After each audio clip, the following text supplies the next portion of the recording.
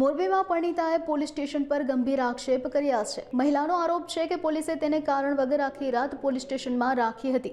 મળતી માહિતી મુજબ એક પરિણીતા પોતાના પતિ ભણવા જવાના બહાને 3 વર્ષથી પિયરમાં છોડીને ગયા બાદ પરત આવી જતા પોતાના ઘરે ગઈ હતી, ત્યારે પોલીસે તેને પકડી પાડી અને નિવેદન નોંધવાના બહાને પોલીસ સ્ટેશન લઈ ગઈ હતી। મહિલાએ જણાવ્યું કે પોલીસે નિવેદન નોંધી લીધા બાદ તેને ઘરે પરત મૂકી જવાનું કહ્યું હતું, પરંતુ આખી રાત તેને પોલીસ સ્ટેશનમાં જ રાખવામાં આવી હતી। સાથે જ તેને ફરિયાદ નોંધવા માટે દબાણ કરવામાં આવ્યું હોવાનો પણ આક્ષેપ કરાયો હતો। મારું નામ છે નિધિ ચિરાગ અઘારા। મને મારા હસબન્ડ 3 વર્ષ પહેલા ચિરાગ અઘારા મને મારા મમ્મી પપ્પાની ઘરે મૂકી ગયા હતા અને પછી તે ભણવા જતા રહ્યા। 3 વર્ષથી કોઈ જ પ્રકારની વાતચીત કોઈ જ વાત થઈ નથી લોકો સાથે અને હવે ચિરાગનું ભણવાનું પૂરું થઈ ગયું છે એટલે હું મારા ઘરે આવી છું।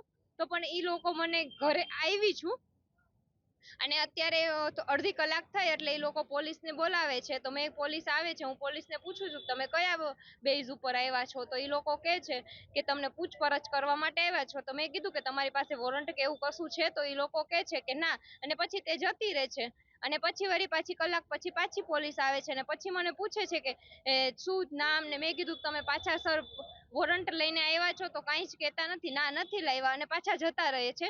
અને પછી બપોર પછી મારા કાકીજી સાસુ નીલાબેન રમેશભાઈ અઘારા, મારા સાસુ પ્રજ્ઞાબેન બાબુલાલ અઘારા અને મારા ફઈજી કનુબેન રમેશભાઈ કડીવાળા અને અમારા પાડોશી હર્ષાબેન સુભાષભાઈ, ઈ ચારે લોકો થઈને મને બહાર મારવાનો ને એવો બધો પ્રયત્ન કરે છે અને હું મારો સ્વ બચાવ માટે થઈને હું એક રૂમમાં બંધ કરી દઉં છું અને પછી એ લોકો પોલીસને કમ્પ્લેન કરે છે અને પોલીસ મને કહે છે કે તમે કમ્પ્લેન લખાવો। મને એ રીતે ફોર્સ કરવામાં આવે છે, પણ મેં કીધું મારા ઘરે આવી છું તો આવા ટાઈપની મારે કોઈ કમ્પ્લેન કરવાની થતી નથી। હું મારા ઘરે આવી છું તો મારે આ કાંઈ મારા ઘરનો ધજાગરો તો કરવાનો હોય ને, એના માટે થઈને હું કોઈ કમ્પ્લેન લખાવવાની ના પાડું છું। તો તેમ છતાં પણ એ લોકો મને જબરજસ્તીથી પ્રયત્ન એવો કરે છે કે તમે બેન કમ્પ્લેન લખાવો। મેં કીધું મારા ઘરે સેફ જ છું, પણ તો પણ એ લોકો મને ટ્રાય કરે છે કે તમે લખાવો, પણ હું કોઈ જ પ્રકારની કમ્પ્લેન લખાવતી નથી અને એ લોકો અંતે દરવાજો તોડે છે અને મને બહાર